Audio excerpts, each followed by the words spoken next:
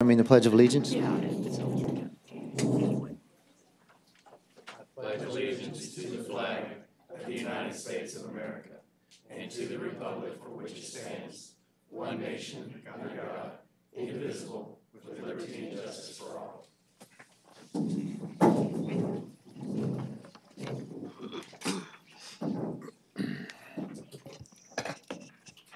Thank you. Welcome to our August 23rd meeting. Of course, please note Ms. Solis is absent this evening. And I did want to mention, I think on behalf of the whole council, we want to send our condolences to her and her family on the recent loss of Gabriel, who also served on this council with some of us. So if we can all keep her and her family in our prayers. So the first item on our agenda is, of course, items from council. Council, do y'all have anything? I got, as usual, one or two. I have just one request, and certainly not during the budget process, but I'd like to have Mr. Priest? Donald? Donald, Yes, sir. yeah. Yes, ma'am. If you could perhaps bring us in the capital improvement program time, the cost of building Ball Airport Road from North Side Road to 77, which is North Navarro. It's a relatively small strip. I'm just kind of curious about that and might want to discuss it some. So, Ms. Scott, are you want, when we bring the CIP back in the spring, is that when, are you wanting it before? Well, perhaps before, if we could have it, not in great detail because council hasn't even discussed it, but I'd kind of like to have a figure that perhaps we could discuss from. Maybe sometime after the 1st of October? Yes. Would that work? Yes, Okay. definitely not during the budget Okay, process. thank you. We can Not do that. at all. Okay, thanks. Thank you. By the new fire station there, Yes. over to North Side, yeah. Well, actually, it would be connecting to Navarro, but that's the road, Ball Right, Airport, okay. that would then connect all the way to Navarro. Okay, And it's already at North Side, so it's not very far. okay. I do have a plaque I just wanted to share with everyone. We attended the Golden Crescent Regional Planning Commission. I believe it's, did I say that right?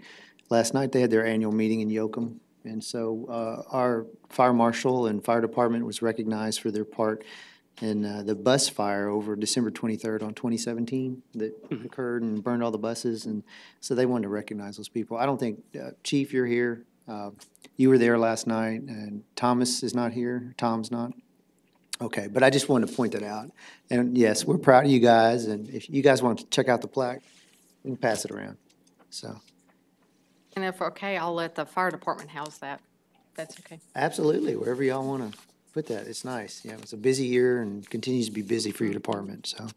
But those folks were very appreciative, and it was nice in front of all the other regional, local elected officials for them to see that, so. Okay, we're still under items from council. Of course, just real quick, we have a lot of, I always call them our coworkers in the audience. I want to go over this agenda now. Council, remember, when we get to, we'll have citizens communication next. Items C1 and C2, there's no vote. Those are just public hearings. So what we'll do is when we read those, one's on the tax rate, one's on the budget, people can speak about those. There's no vote. And then C3, we actually vote on the budget. And if anyone wants to speak, there's actually 2 times. You can speak during citizens communication. Also, when we open the public hearing on the budget, you can also speak at that time too. So just so everybody knows, I don't want you to miss an opportunity. Okay, so with that, nothing further from council. We'll open citizens communication now, and if you want to come up, and I think we have a 5-minute timer, just as a courtesy to everyone else. We try to limit your comments to 5 minutes or less, and all we need is your name. And you can wait till the budget too, either way. Okay, seeing no one, we'll close citizens communication at this point and move into our public hearings. Item C1 is the first public hearing on the 2018-2019 City of Victoria tax rate on August 23rd, 2018, 5 o'clock p.m. in the City Council chamber here at 107 West Wanland Street. Okay, so I'll open the public hearing on C1 regarding the tax rate. If anyone wants to talk just about that, now would be the time.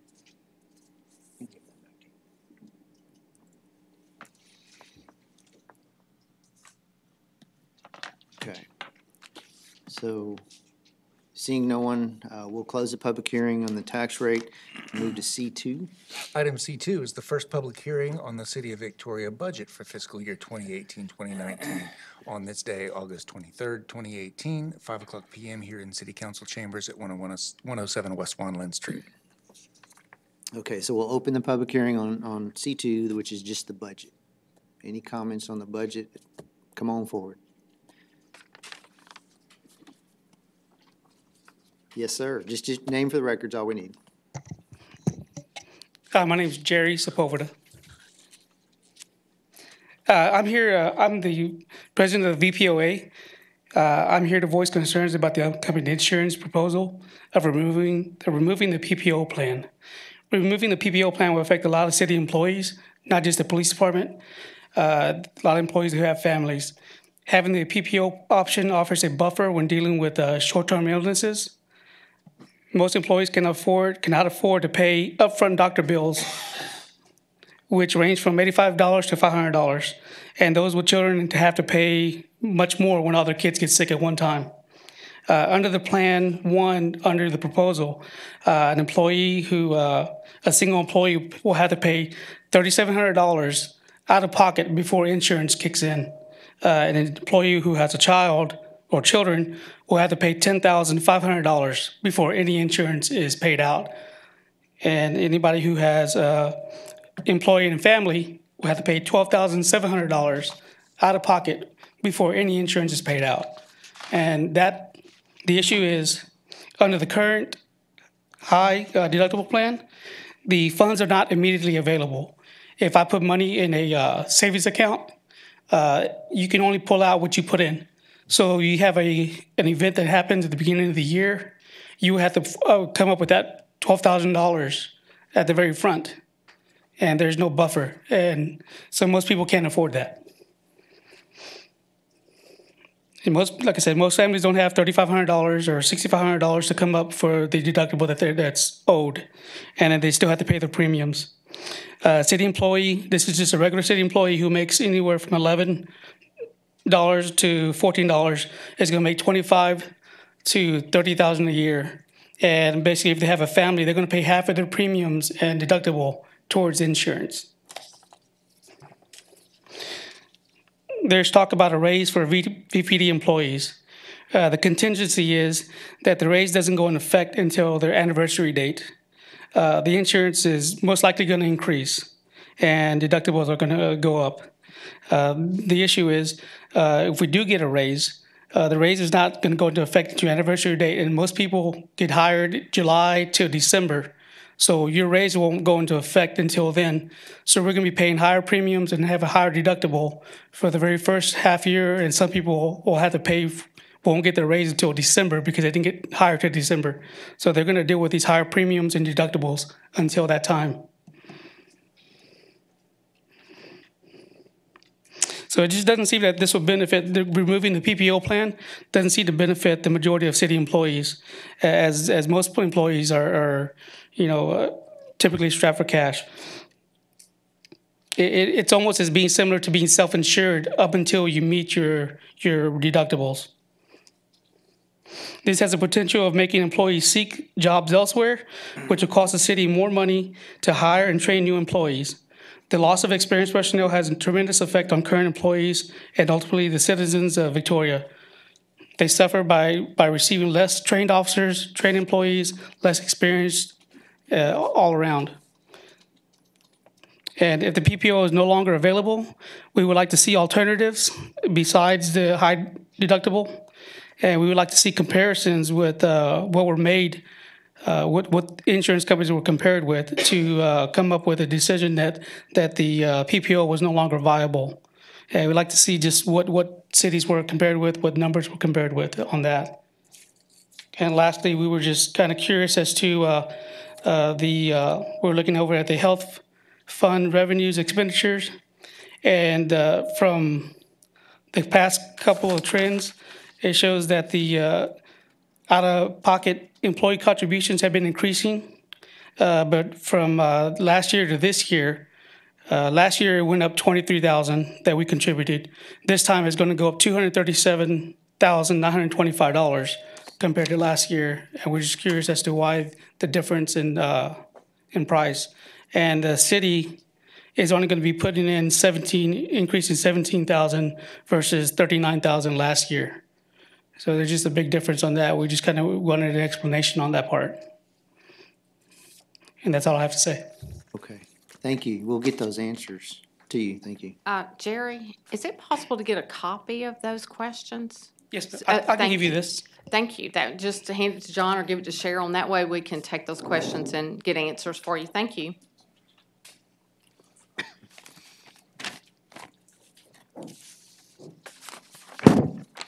Okay, public hearing is still open.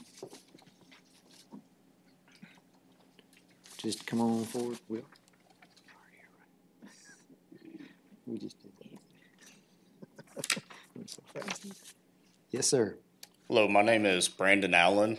I too work for the City of Victoria Police Department. I know a lot of officers have concerns over the PPO plan. Myself, I have a concern over the high deductible plan. That's what I'm currently on and what I've been on. To see the out-of-pocket cost for the individual employee, right now I believe it's $2,600 for me, and then I'm covered at 100%. Is see that go up to $6,000 before I'm covered at 100% means that now I'm out $6,000 for myself that should be coming out of my income. So I'm not a big fan of the increase in the deductibles and also in increasing the premiums. It's going to end up being less money in my paycheck every single week and making it harder to stay in Victoria and try to raise a family in Victoria. So those are my concerns with it, and I feel if the city can offer a better insurance option, perhaps they should get out of being a self-insured entity and try getting on a different plan with another company. They can offer us some better options as employees. Thank you. Thank you, yeah. I'd like to, BJ, Yes. so you said your deductible is going from 27 to 6,000? If I understand it correctly, Okay. right now my out-of-pocket max is, I believe, $2,700, Oh, okay. and then I'm covered at 100%.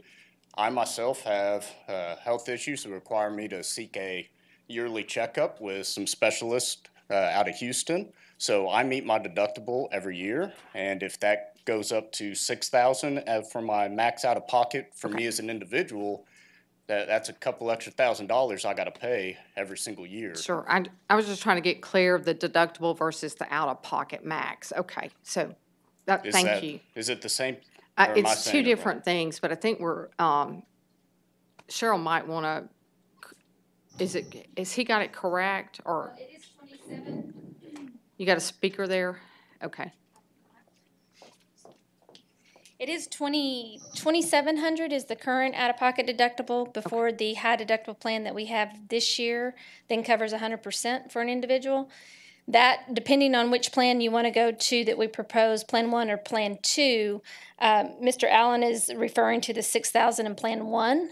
That would go to out-of-pocket max. The individual deductible would be $1,750 before the plan would then come in and pay 80% of expenses. The Plan 2 would be $3,200 for the individual deductible before the plan would come in and pay 90%, but the out-of-pocket max would be $4,800. Okay. Thank you. Thank you. Thank you. Thank Thank you, you. BJ.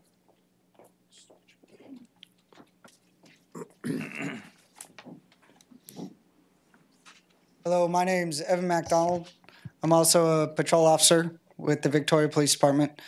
I'm what you might call an anomaly in the policing field in general. I'm a type 1 diabetic. If you don't know, type 1 diabetes is not something you ask for. It's something genetics just gives you. I fought with it my whole life. I'm trying not to cry up here, purely for the fact that I was a Houston police officer. My max deductible was $100. Everything was met 100% after that. I took a chance and I moved here. I came here roughly 6-7 years ago and filmed Miss Garrett. And that's when I first fell in love with the city. I came here and I joined this police department. Policing is what I love to do. It is one of the most difficult things to do being a type 1 diabetic. I never know if I'm going to have my insulin. My pumps, if I'm going to get it knocked off during a fight, that's an extra $30. However, what I'm trying to get at here is I came here and I believe the deductible was $1,700. The next year it was $2,700. This year, no matter what the 80% cost is or the 90% cost is, I will meet that high deductible out of pocket every January, the first day of January. Every January, I meet that. I must have either $6,000 in my pocket or $4,750 in my pocket. I don't have that. There's no way I have that at the beginning of every year. That is a huge, huge burden upon me. It's very scary for me because without insulin, I will die. I don't always have that money. I love this job.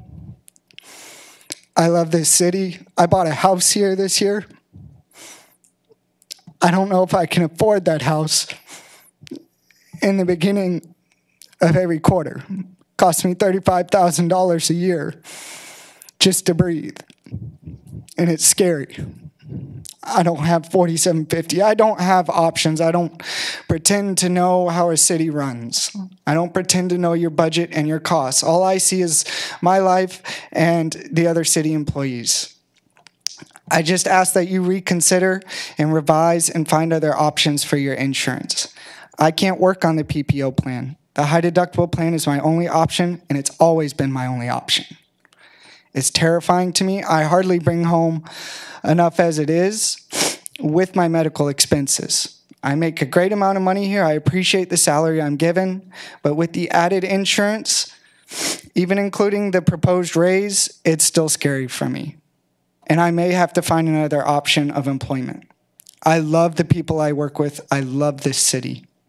I just ask that the city reconsider another insurance option and maybe do some more research, because as it stands right now, this is terrifying to me.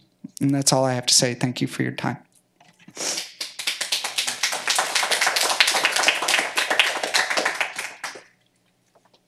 Thank you. We're still in our public hearing for the budget. If anyone else would like to share their thoughts or concerns. Okay. Okay. Seeing none, we'll close the public hearing on C3. And thank you for you guys that came up and shared your thoughts and opinions. We do appreciate it. I'll entertain a motion. Oh, that was C2. We're moving on now to I'm C3. sorry. I told him he was on C3. I apologize. I misled him. I'm sorry. Well, I Sorry about assumed the that. comments would be on C3. Yeah, Anyway, sure. Yeah. excellent. Good input. We always post the public hearing separate from the budget, and then we have to have a public hearing on the budget ordinance as well, and that confuses a lot of people. So we'll fix and open the public hearing again on C3. Go ahead. That's right. So this is item C3, which is the ordinance approving and adopting the budget for the operation of the municipal government of the city of Victoria for fiscal year beginning October 1st, 2018, and ending on September 30th, 2019, appropriating money for the various funds and purposes of such budget, including appropriations of money to pay interest and principal sinking fund requirements on all indebtedness, repealing all conflicting ordinances and appropriations and providing for savings, and declaring an effective date. This is the first reading. Okay, now we'll open the public hearing on C3 on the budget. So if anyone wants to speak, they certainly can. Okay. Seeing no one, we'll close the public hearing on C3, and I'll entertain a motion. I'll make a motion to approve item C3. Second. Okay, so we have motion second. Now council can discuss the budget and anything in it, obviously including the health plan stuff. I have some remarks and some questions that were sent to me I'd like to answer, but I can get to those at any time. So what is the process now if we don't agree with this health plan? Well, we'll have There's more obviously than, some issues. yeah, we'll have more than one vote. We can pass the budget. We're gonna vote on it several times, and we have time to work on it. We can come back and ask staff to make changes or recommend different changes. So, you know, voting for the budget tonight is not necessarily a final approval of this, just so everybody understands that. So I think we should have a conversation tonight, and then we'll just get the vote done. And I assume, and I've already had some discussions with the city manager, we've got some ideas, and this council should discuss those ideas, and most likely at our next meeting too, including tonight. Will we get an opportunity to meet with Ms. Martha Johnny to discuss the health plan? It's up to you. Yeah, you can. Individually, the- oh, sure, Yeah. yeah, anytime you want to meet with her, she can answer your questions tonight, Gilbert can help, I can help. So Because I have some grave concerns about it, so sorry? we'll take it from there. I have some grave concerns. Well, you need to try to get those answers, and so, I will. you bet. Thank you. Oh, yeah, no, anytime, we can meet tomorrow if you want to. So, no problem. Jeff, you look like you're about to say something. Go ahead. Well, I just want to make sure that, could Mrs. Marthagiani please go through those, what the high deductible plan deductible is? And then there's a difference, that one doesn't have an out-of-pocket maximum, right, what we have right now, because it's covered at 100%? That's correct, yes. And I think James has got, I don't know that I have them. There we go. Thank you very much. Oh, thank you so much for having that prepared. So this is the plan design, currently, what we have with the PPO. So the current PPO plan right now for the annual individual deductible is $1,500. And that Plan 1 high deductible, we're proposing move to $1,750, which is a $250 difference. The family deductible would actually decrease for those that are currently on the PPO plan and decide on this plan design. It would go from $3,950 to $3,500, so $450 a decrease. And we're not recommending any change in the coinsurance with this plan from the current PPO plan. In the current PPO plan compared to Plan 2 high deductible, the deductibles would increase. So currently, the PPO plan has the $1,500 deductible. It would increase to $3,200, and then for family, it's $3,950, and it would go to $6,400. And we are recommending then that 80% get covered at 90%, which is a 10% difference. So if I can go through then, here are the rate changes with that comparison.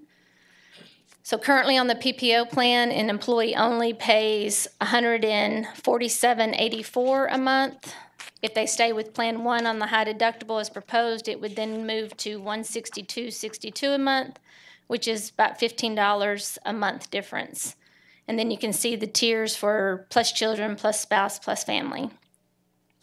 If that same person currently in the PPO plan decides Plan 2, then their monthly deductions go from $147 to $109, which is a decrease in monthly premiums of about that $38.84. That same exercise is done again for those folks sitting currently in our high deductible plan. So here are the rates associated with those currently in the high deductible plan. If I'm sitting in the high deductible plan today, then I'm paying $99.54 monthly for my plan. If I decide to stay with Plan 1 as proposed, then that increase goes up to $63 a month. If I decide to stay currently in the high deductible plan and go with Plan 2, then I'm seeing a $10 increase a month.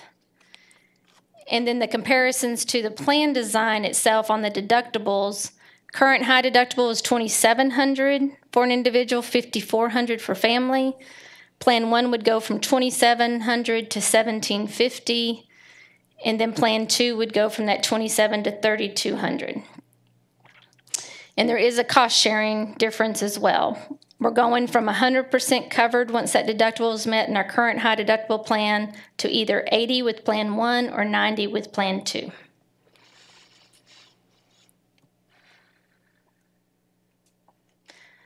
And I did have a chart that showed the out-of-pocket max. Let me see if I can pull that one back up. There you go. So this has the side-by-side comparisons of the plan, the in-network deductibles I just mentioned, the family deductibles, the co-share amount that comes into play with regards to once they meet that deductible, how much they would continue to pay out of pocket, and then the out-of-pocket max for each plan before the plan would then kick in and pay 100%. So if I'm used to a PPO plan, and say I'm switching to a high deductible Plan 1. When I go to the doctor in January, typically with the PPO, I'll be paying a copay of $35 or whatever it is. Is that going to change in the high deductible plan? Yes, it will. I pay for the full cost of the visit. Yes, right? sir.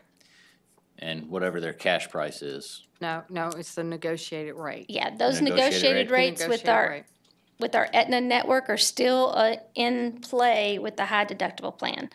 So whatever that negotiated rate is for that office visit will be what you pay. But you are correct on the high deductible plan that there will not be a copay. You would pay first dollar until you meet that deductible before a co-insurance comes into play. So I went on say I was in high deductible plan 1, I would start paying 100% of all the cost until it reached $1,750.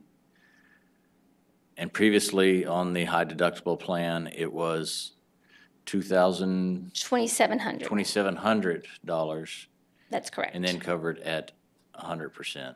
That's correct. This is, you're gonna be covered, you gotta pay the $1,750, so $900 less, $950 less. Well, keep in mind, if I'm currently on the high deductible plan, that might not be an attractive offer for me because of the premium cost associated with that. So if I'm currently on the high deductible plan, Plan 2 might be the option that I am going to be steered to because of the difference in my monthly premiums. Okay. Plus, my deductible has increased. Yes, sir. But your Okay. logic around that is correct. All right. So typically, if you're on the PPO, you're gonna be moving over to high deductible plan 1. Okay. You have the option to do that, yes, sir. And keep in mind, too, these are options that we've come forward with, but we encourage our employees, too, to look at other plans that they might have available to them and compare. So, And if we stayed with the PPO, the premium increase just skyrockets, doesn't it? well, the premium increases that we have had recommended by our consultants who look at the experience in our plan, the claims cost, the high claims cost, the inflation cost, everything that is really the demographics of our population, and then they recommend where our premium structure should be based off of the experience in the plan. So this chart shows you, if we stay with our current plan, these are the recommendations that our consultants have come forward to say, this is where we need to be to cover our cost and our experience in our plan. We recognize very clearly that these are significant increases, especially in the PPO plan with employee only, that you would see a $400 a month increase for our employees, and that was just not a viable option for us to bring to the table. But I did want to bring it forward to show council that we've had significant years in our health plan, and we have not moved forward with what's been recommended by our consultants as aggressively as maybe we should have. Because we did have the employee in mind. However, we're there and we need to make some changes that are pretty significant with regards to what's happening in our health fund. And our health fund is down, and the city's moving from other funds upwards of $1 million to shore up that account. So if we went with something that was different than what the consultant said and said, okay, well, we can do an increase in the PPO, it's just lower, we run the risk of further drawing down that health fund that we already consider to be low by standards. Well, exactly what happened is where we're at, in that they recommended these increases. We came back and said, we don't see that as a viable option. What else can we do? And we got guidance in regards to where we can move with our plans. Based off of the plan design changes and where we landed on our premium proposals, they're still coming back and recommending that our rates should be higher than what we set them at because of our experience in our plan. These rates here, we're at probably a percentage increase of about 68%. And they're still recommending that we have a 50% increase in our rates, and we're not moving that aggressive, as you can see.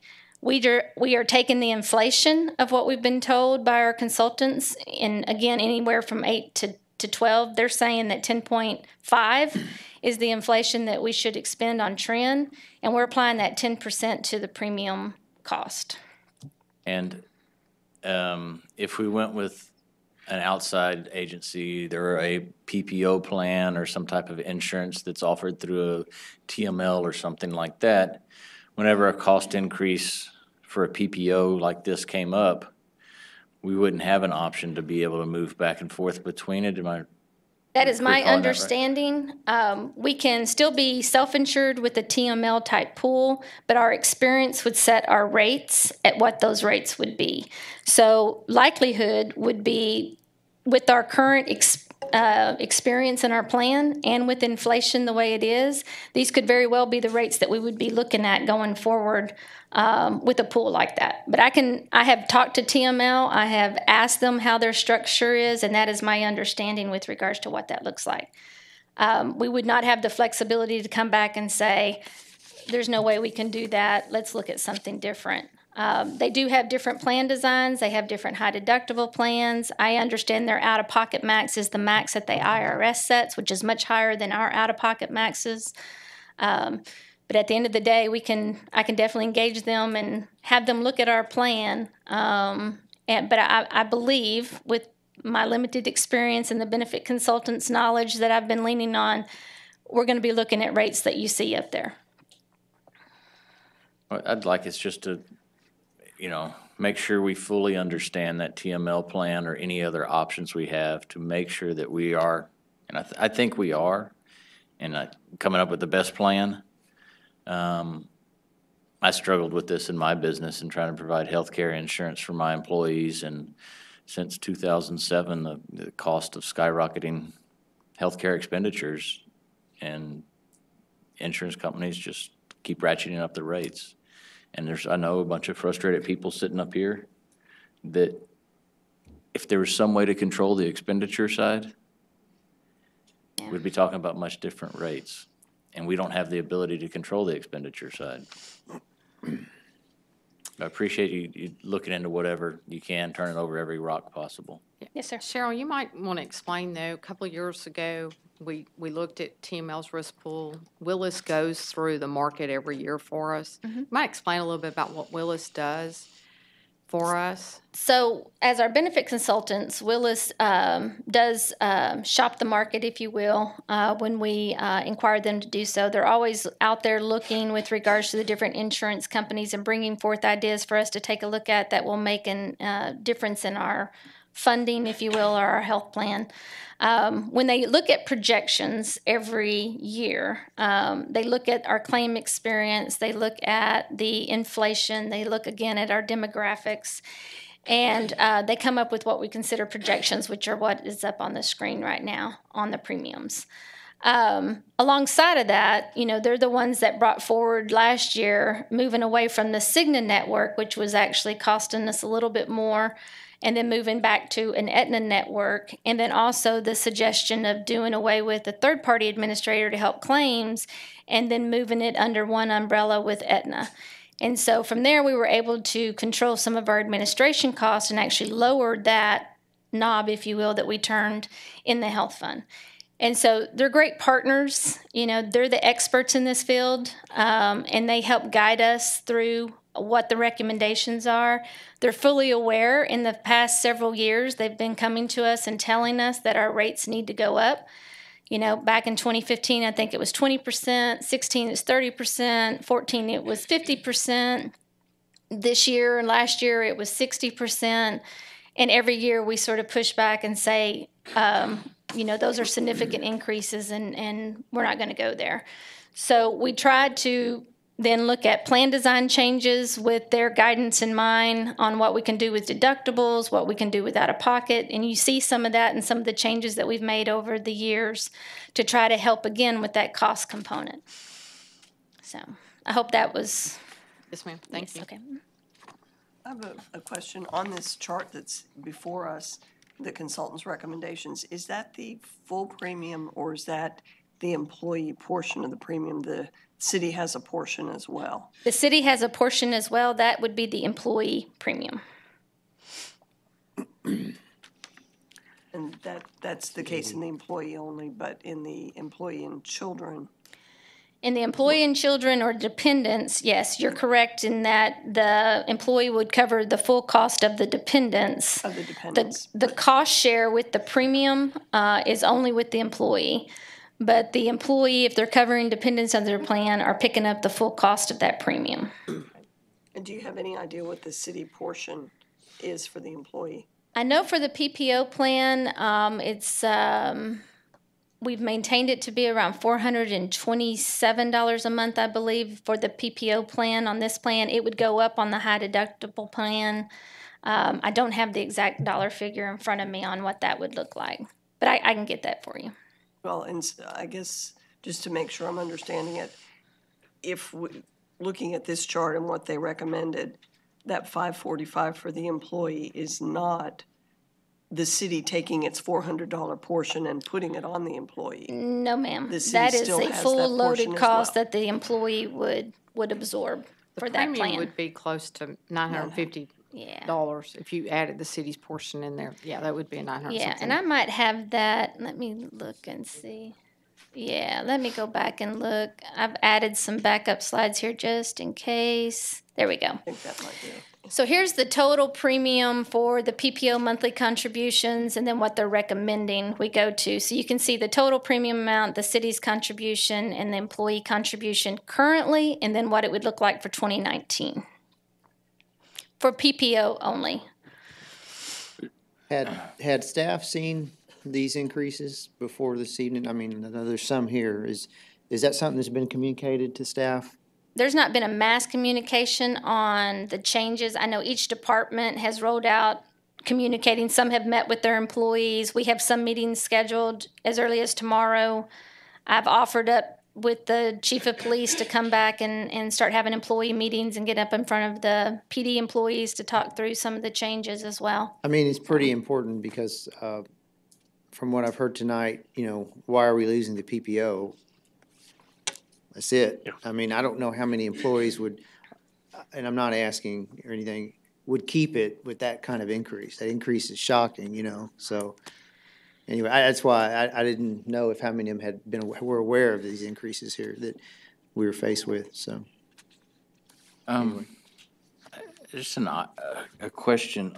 I thought that a minimum an employer could do is 50% split.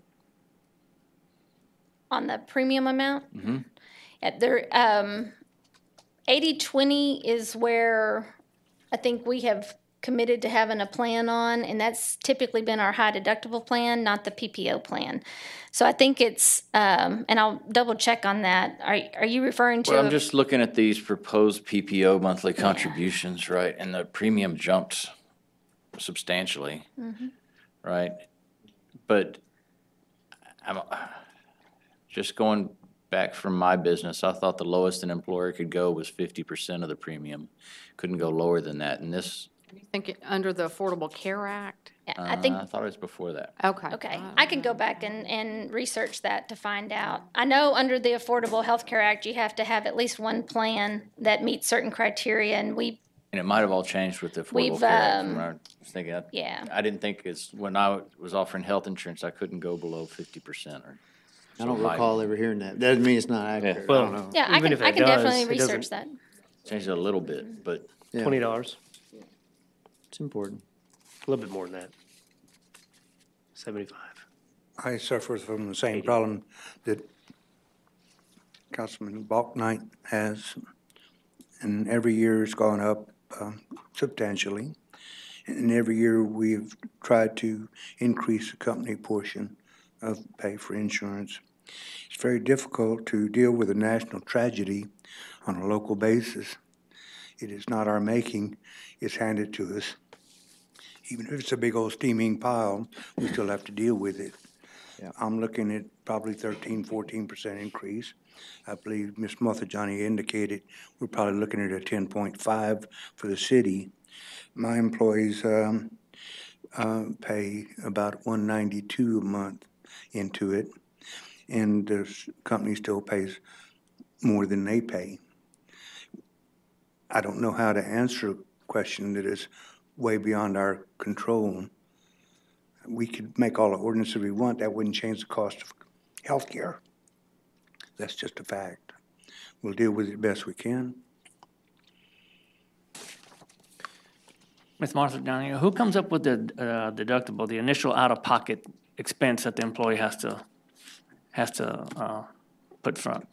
So are you referring back to the plan design? Exactly. Okay. Who sets that amount? So again, with guidance from, you have minimum requirements set by the IRS. So 1350 is a minimum requirement.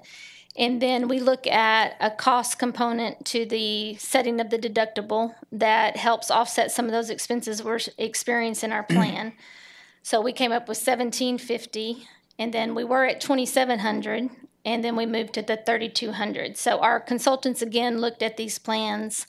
We're staying within the compliance limits given by the IRS with the deductibles that have been provided, because those are set with both of the plan designs, as well as the in-family. At the end of the day, we do.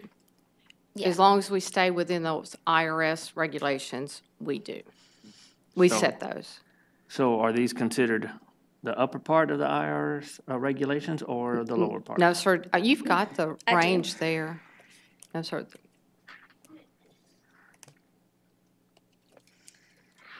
So the high deductible plans limits, the minimum that it can be set for 2019 is $1,350. And we're at $1,750. Yes, sir, for our lowest plan. And our family minimum would be that $2,700. The max out-of-pocket limits for high deductible could be set as high as that $6,750 or $13,500 for family.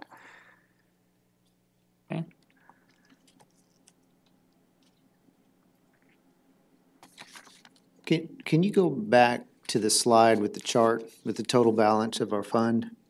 Sure. You've got that bar chart? Because I had some questions sent to me, and I appreciate that. I don't mind anybody emailing me or Facebook or whatever. There's some questions, and I'm going to answer them briefly, but that chart, not that one, the bar chart. The bar chart. There you go. And I understand there's a lot of emotion in this issue, and I get it. So here's some, it says, okay, with respect to the 80-20 cost split, now that we're there, why make more changes? I think this chart answers that. And y'all can chime in, counsel, to the folks that are here. If you look at that, that's the total fund balance. We have to make sure that that's sustainable. The payments come out of that. And you can see it's been falling. That's not the fund Yeah, balance. That's I'm the sorry. expenditures. Expenditures. That's the claims. This is just a chart that sort of shows what Did you employees' have- medical claims are. That- I think that, this the would pie chart. probably be more of what your, Okay, forgive or me. actually this one shows the raw numbers. Revenues, and then what's our ending fund balance? I'm looking for that then. And it doesn't change my answers on these. I wanted to try to give this person some answers, but Yeah, could someone walk us through the answer to that, though? The fact that we only have like 3 months. Ending fund balance as what projected for this year, yeah, about 2.1 million. where is that in here? I don't know her slide. Okay. Yeah, I have that handout. I mean, so you said 2.1 million. What was it last year? Because I think what I'm understanding is the point is declining. True statement or no? Our reserve, absolutely. Absolutely. Okay. That's what I thought. This chart showing that ending working capital balance of 3.5 months is that 2.1 million estimated reserve. Yeah. And then without the 1 million transfer, one-time transfer, then the ending working capital balance is at 3.6 months, which I believe Gilbert told me it was 1.9 million. With the 1 million transfer in there, we're at 5.4 months of reserve. We don't need to get too nitty gritty. Go ahead, Gilbert. I'm sorry. Okay, Go ahead. we started off the year about $2.9 million, October Yeah. 1st of last year. Yeah. We're going to end this year approximately about $2.1 million. Okay. Next year, without that $1 million transfer, you're looking at what, 1.9? Without it. Without it. Yeah. Okay. That's fine. My point is that's the money we use to pay claims and et cetera. And so it's very important to understand it would be very fiscally irresponsible. I think everyone in this room would agree if we just use that up to nothing. Right? right? Because then we wouldn't be able to pay claims. I mean, that's the thing. So that's the answer to, why make more changes, is we have to maintain some money to pay those claims. Very simplistic, but did they lie to us all along? No one has lied to anybody about anything. I mean, this is not fun. I don't think any of us take any pleasure in this. It's a set of circumstances we're forced to deal with. What is the real agenda? The real agenda is to maintain the health of the plan so that it's there next year and the year after. We could take the easy route and just run it in the ground, and then I'm not up here and I'm not mayor in a few years. That's not my problem. Well, we're not going to do that. It's hard, but we have to maintain this plan and this balance. Is it to make the city's insurance so unaffordable that it forces everyone to drop the city's plan, thus saving the city more money? No, I think I've already answered that. And I answer these with the utmost sincerity. And I do appreciate this young lady asking me these questions. I have no problem with that. I just wanted to give you straight up honest answers. I think those are the main ones I wanted to cover. Council, did y'all, Mr. Garza, Dela Garza, did you have some more? I had another question. Please. Okay, so the out-of-pocket expense, if the employee has a savings plan, a health savings plan, Yes, sir. when can they recover that? When can they get it back? So they And would. starting the next fiscal year. They would actually have every paycheck a pre-tax contribution that they would set, and they can do that as minimum as $5 a paycheck or as high as they would like. They have some options to upfront that HSA. If they have the money saved somewhere else and they want to put all the money in there, they can do that. But then it would build over a period of time for the HSA. So every paycheck, there would be a pre-tax contribution that would go into that. And then the thought concept around those HSAs is that's what then you would use for that first dollar coverage when you go to the doctor versus maybe your home account. Recognizing that it will take time to build that HSA amount up, excuse me, to that deductible level. But every year, the nice thing about the HSA versus a flexible spending account with a traditional plan is it rolls over every year, and so it continues to add. And so another nice thing about the HSA is it doesn't have those caveats of use it or lose it. So it rolls over every year and you can continue to contribute to it. There are limits to contributing to it that the IRS sets on those every year, but then that rollover and continues to build. The whole concept of a high deductible is, and you have to have a high deductible plan to offer an HSA, those two coincide. Then it's an opportunity to save for the future with regards to medical expenses, later in life. You get the money immediately. You put $10 in, you can go in the next week and take the $10 out. So there's no waiting. Yeah, once it's not upfronted like the FSA is. No. Yeah, So you have you to can- have money in the account to spend the money. But if you put, let's do an example. Okay. Cheryl, the first paycheck in January, say you put $50 in, say that's January the 3rd. January the 4th, you need to go to the doctor, you can take that $50 out and pay for that doctor's visit. There's no waiting period once you have money in there. No. But let's say that doctor's appointment is $100. Yeah. Then I'm going to have to come up and fund another $50 for that office visit. But once I have money in my HSA account, I could actually reimburse myself for that money and get it back into my home account. So. And on that note, and it's a great point, and I want to give staff credit, because I had a conversation this afternoon, and I think Gilbert and Charmel came up with this about one of our options we can explore, and with the 7 of us need to think about, is finding a little money to seed that. Let's see if we can carve out some money somewhere and start them out with a balance in that HSA. It's like a stipend, Yeah. but yeah. it goes straight to HSA. And it can be carried over if you don't use it this year. And I want to give the credit where credit is due, the city manager and the finance director for that.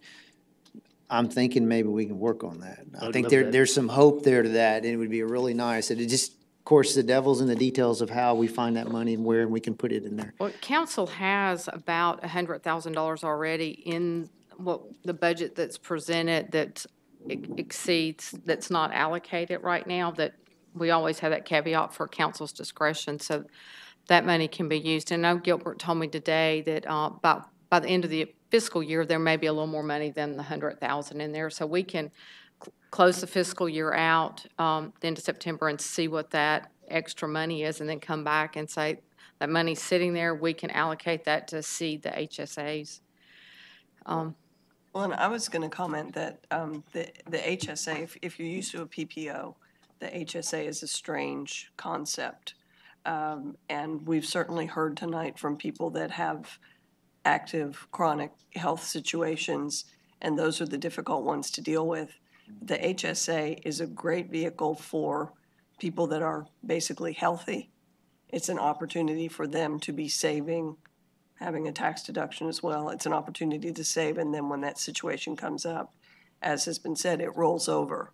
So if we did that, and if we looked at seed money, my concern would be that the employees would say, great, they put some seed money in, I'm not going to use that HSA. And that kind of defeats some of the purpose of, and unfortunately, premiums are going to continue to go up, insurance is going to continue to go up, and that's part of the thought process. So there's an education component there too. But we also, help the employee if the deductible is slightly lower. Because the out-of-pocket expenses is a great expense. But the premium's higher. We can tweak that deductible, but it's, you're gonna have to pay for it somewhere. So on the backside, so, if you want to, Means your maximum out-of-pocket may go up, or your something. premium. Or premium have to adjust. Yeah, but it doesn't have to. Well, Find money from someplace else. it doesn't have to, but you're gonna have to find money to make sure Exactly. you're covering your costs. So it's, then, where would, it's kind of like, where would you like us to find that money from? So, but if that's a suggestion that council wishes us to look at on lowering that, we can go back to Willis and help us with that, see how much additional. Well, and just as a reminder, what we brought to you as a proposal Tuesday night was not moving us ahead on building the reserve as we would like to see it. It's really keeping us somewhat steady with where we're ending the fiscal year 17-18. So if we do tweak some of those things, we're looking at a possible component of drawing down our reserves even more than where we're at currently. So even with what we proposed, right now we're sitting at 3.5 months. Without the one-time $1 million transfer, we're sitting at 3.6 months reserve going into next year. So, Can you go to that one backup slide that showed the current PPO premiums and the future ones? Yes. Oh, that one? That one's fine. I'm sorry. Oh, no, where it's broken out with the city's portion and the Yes, sir. full one. That's a new slide, isn't it? Yes. It was We didn't get part of that my one. backup slides, just in case I was asked. There you go. If we kept the percentages the same, which for that employee only is about 74% of the 575 this year, right? And you did that for the 2019, so you had a true apples to apples comparison. What does that add as far as a budget line item to, or a budget increase to the city's budget? Okay. Yeah. Just so I can get a true comparison, because right now that total premium increase, the way we've shown it, is all on the employee. I was just gonna see if we can keep the percentage the same, what it would look like, and what does that do as far as a cost? Whatever that 2018% is So currently, we, what yeah, that's. whatever that increase is, right? Sure. We just split it in the same percentages that's Yeah. being paid right now. I got Yeah, you. we can definitely do That's that. easy. Bring that back. Maybe, could you email that out to us so we have it? Is that Backups. answered, so we But- more and- prepared for the next meeting? And we're here on Tuesday.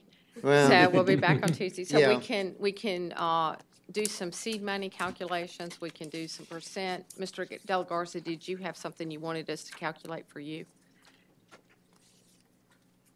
Yes, if we lower the deductible, Okay, do you couple have $100. from, Is it gonna increase the premium or not? And So then, from 1,750 to 1,500, Yes. or, the minimum? well, the minimum's 1,350? the minimum's minimum's 1350? I'm That sorry. would help a lot. Okay, so you're you want to see, I'm sorry, A I lower didn't, y'all were deductible kind of out-of-pocket. talking over each other. An initial, a lower deductible. Okay, but the you don't have out-of-pocket a, expense. you don't have a dollar amount in mind, or?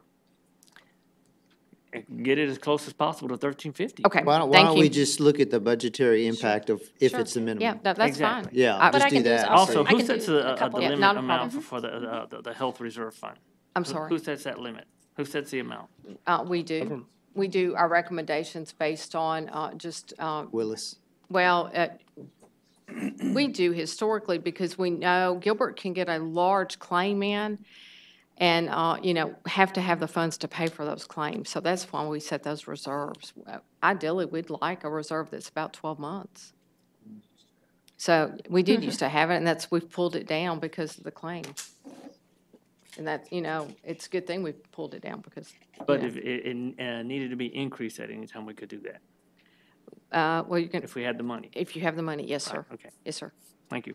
So, and typically, the health fund tries to stand on its own. We try not to pull money out of the general fund like we had to do this year with $1 million. So, that we like for the health fund, the premiums that the city contributes and the employees contribute to pay for the claims experience. And refresh my memory, what was the main reason that we had to move $1 million? Because of the reserves dropping down and the claims experience. So it was because of all the claims? Yes, sir. Okay. Yes, sir. And those folks at Willis are really experienced. And it really, that concerns me, because when they look at our pool of employees and make an estimate, they're pretty, I would venture to say, really good at what they do.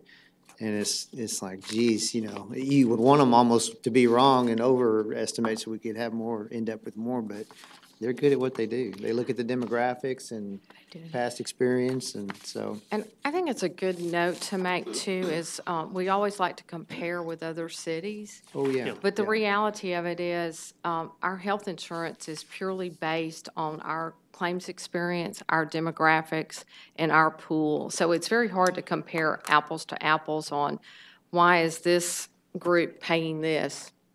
Why is this group paying that? So it's very hard because you're looking at purely what's in our pool and what our claims experience is. But it's still trying to deal with a broken system. The system nationally is broken. And we're trying to do what we can locally as best we can. We got to recognize we have a national tragedy. This thing is in free fall, has been for a number of years. Yeah. We're just hitting every other branch as we go down. Cheryl, at the end, if you maxed out your HSA for employees, let's say they're close to retirement and they've got a chunk of money at the end, what happens to it? So that's their money, that's their account, so they keep that. If they retire or they leave the city and they have money in their HSA, they take that with them. Okay. So, yes, sir. Just a logistical question. If we were to do a stipend, that's essentially a salary or payment to the employees, isn't it? A contribution into the HSA made by the employer is money that we would be given to the employee in their HSA. It wouldn't be a dollar figure that we would just give to the employee in their paycheck. It would actually go into their health savings account to help offset some of that first dollar experience that they might have. Which is pre-tax. It won't be on your W-2. No. Would not. No. Okay. And then they're just the health requirements on their withdrawals, and that's of course what it's for.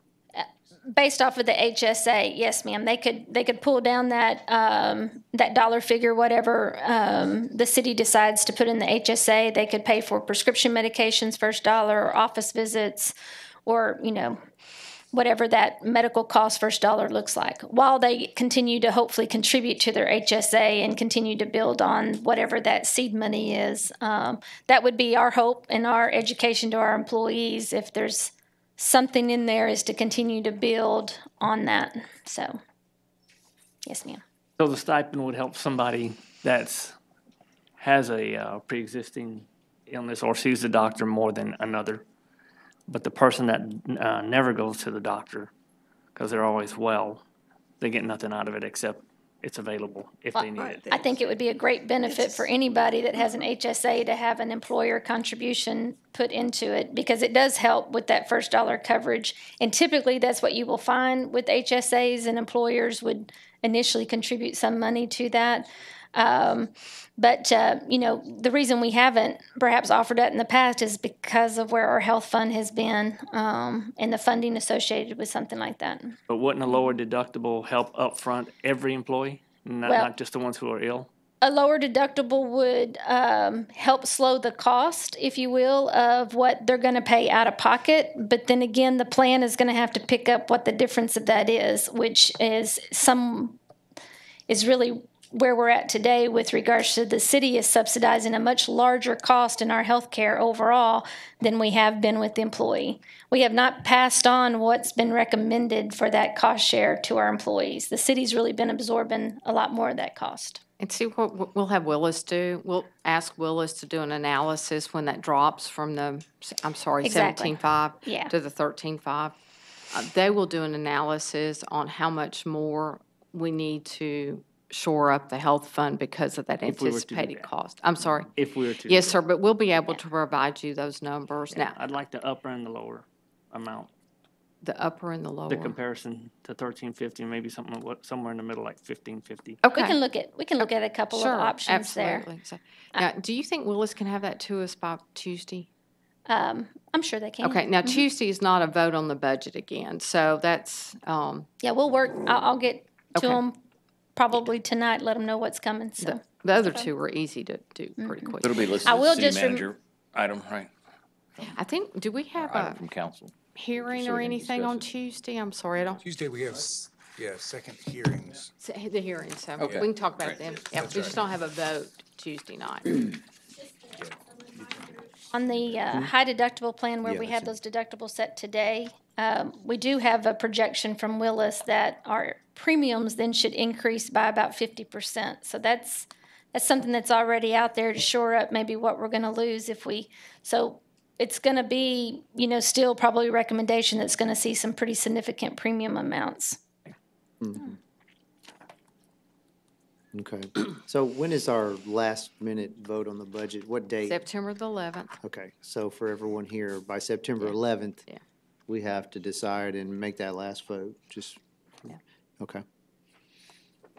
And that's one of the reasons we have 3 votes on the budget, when technically you don't have to, but we, several years ago, went to 3 votes. So it gives everybody plenty of time to discuss and the Right, public plenty of time to comment. right, So- right. Okay. Council, do y'all have any other budget items you want to discuss, or any Thank you. more on this? No rush tonight. Gilbert got up, what, I have You one must wanna- comment, and I know I don't want to expand this I do have a conversation. question, and I apologize. hey, hold on, Gilbert. Sure. Go ahead, Mr. Delagarza. The 3% raise for everyone, it goes into effect when? Their date of, If you're not in the STEP plan, it goes into effect October 1 Of what year? this year. This year. This, I'm First sorry, day of the budget. This year. first day of the budget? Yeah, October 1. So the paycheck that they receive that includes the October 1 pay period, that's the check they'll see it on. And if they are in the step plan, it's their anniversary period, It's their anniversary. their period. anniversary date. Yes, sir. Yeah, their evaluation date, anniversary date. Does the anniversary date ever change from the time they're hired or from the time they're promoted? Does it change? Yes, sir. It's really their evaluation date. You're So it's correct. when they're receiving their evaluation is when they'll receive that. So if you hire in on a certain date and you never change your job, then that evaluation date's going to be the same. But if you hire in and then you're promoted, you move to a higher pay grade, then your evaluation date will change from your anniversary date. So if somebody's, like the officer said, Mhm. promoted to a different position, a higher position, December 21st, he won't get that 3% until December. He will go, well, if he's, say he's promoted December, and I'm doing what else for the HR director. If he's promoted in December, he's going to go to a different pay grade, and so he's going to receive that higher pay that goes with that pay grade In December. in December. So he's going to get, he or she will get a higher So he's in pay. the step plan. So Yeah. He'll And right move, now, we only have people in the fire department and police department in a type of step plan. yes, yes. And the pay grade and for it's- those individuals do not change. It's just they get a step increase, and they stay in the same pay grade for that, but then that increase is in that step plan that we have laid out. I think what you have to remember is the pay program is only for the fiscal year, which is October 1 through September 30th. So, you know, so the example, if they promote in December of this year, they're going to get the appropriate pay with that promotion. But so next December, it'll be a whole new pay program. That having been said, Thank you. is there a way to compare the pay program and the STEP program dollars that we're anticipating and compare those to these health insurance premiums that we're looking at? Yeah, I'd we can like definitely to do that. see something that shows that Moving everybody, as a lump sum to see the amounts. sure, we can do that.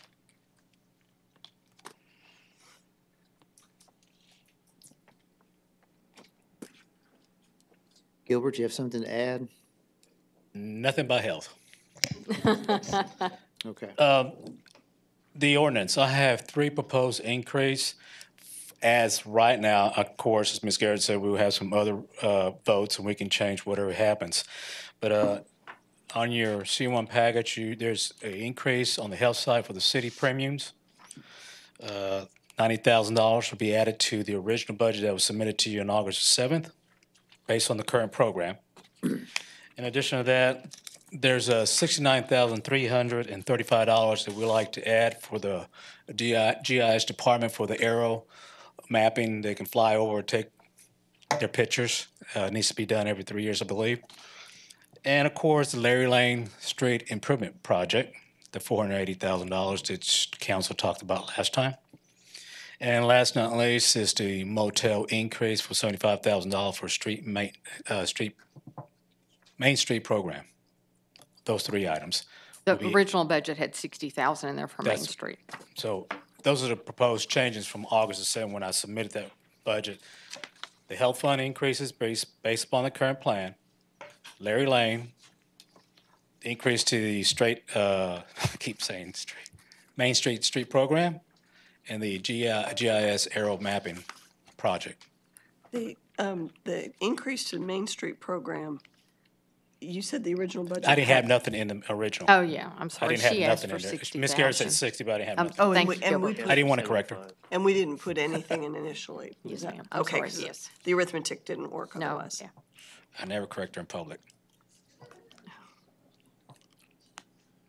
Gilbert, are you proposing those as amendments tonight before we adopt the budget? Do we have those numbers and? They're in there. They're Exhibit It's on A. CM1. It's Exhibit 1. Thank you. It's been a long day. It has been. I'm sorry. It's all Exhibit- attached to your resolution ordinance and it's attached. You're to asking exhibit. for an amendment Yes. from a council member. Okay. I move to amend C3 to incorporate Exhibit 1. Okay. We have a motion. I need a second.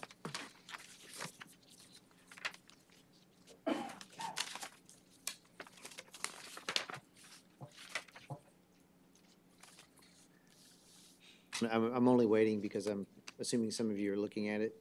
I don't know.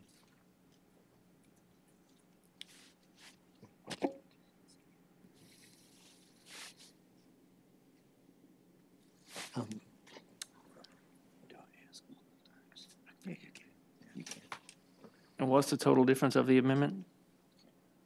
That's your second. All right.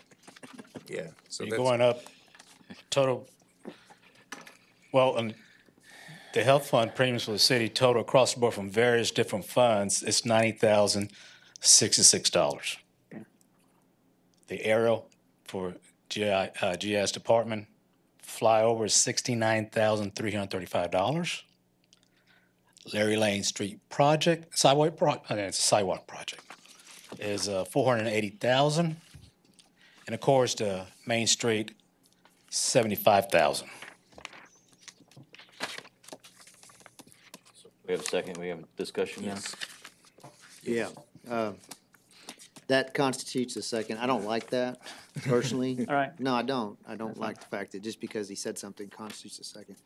But procedurally, if it does, then fine, we have a motion and a second, so there is discussion. On these, I'm okay with the three items, except for Leary Lane. I know I could amend the amendment. But we will vote on this again, right?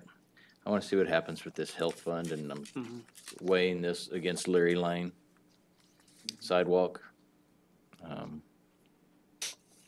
So, I had the same thought. I mean, yeah, everything's a choice. yes, Yeah, so. but a yes vote doesn't mean that it doesn't come out of the budget and can't go back after it, so. If you don't mind, the Leary Lane would be one-time money, so that would, if we just decide to do the seed money, that would be a place to get the seed money. One time. The One-time one-time, money. because it's Right. one-time money. Yes, Right. sir. Yes, sir. Okay, any further discussion on the amendment as read? Is Larry Lane in or out? I'm sorry? Is it in or out? I'm making, I think it stays the Everything on same. the We're- exhibit is currently in the amendment. okay. You didn't amend the I didn't amendment. amend I'm the sorry. amendment Okay. because I know that I can do that after we get further information. Right, so we have a motion and a second on the amendment. Any further discussion? Seeing none, all those in favor say aye. Aye. Those opposed, the same. Okay, so the amendment to passes. And we still have a motion and a second on the budget as amended. Is there any more discussion at all on that? I know we will have more in the coming weeks and months. Seeing none, all those in favor say aye. Aye. Those opposed, same sign. Okay, thank you. Thank you. And thank you for all the good discussion, council. Now, we do not have a consent agenda. We do have executive session. Yes. And they will be across the street, right? Across- Excuse me, across across the way in the other Yes. building. Courtyard, yes. It has been a long week. I want to, real quick, I want to thank all the employees for being here and those of you that shared your thoughts. I really appreciate that. There is no question that you can't ask. I want you to feel comfortable with that. We're all in this together, and we'll see what we can come up with. So, thank you. So the city council will recess now for executive session on this, the 23rd day of August 2018 at 6:12 PM. The subject matter of the executive session deliberation is as follows. Texas Government Code Section 551.072 to deliberate the purchase, exchange, lease, or value of real property interests due to the fact that a deliberation in an open meeting would have a detrimental effect on the position of the city in negotiations with a third person. And Texas Government Code Section 551.071, a consultation with an attorney on a matter involving pending or contemplated litigation or other matter in which the duty of the attorney to the governmental body under the Texas Disciplinary Rules of Professional Conduct of the State Bar of Texas clearly conflicts with the Texas Open Meetings Act, including but not limited to the GBR water rights contested case hearing. Thank you.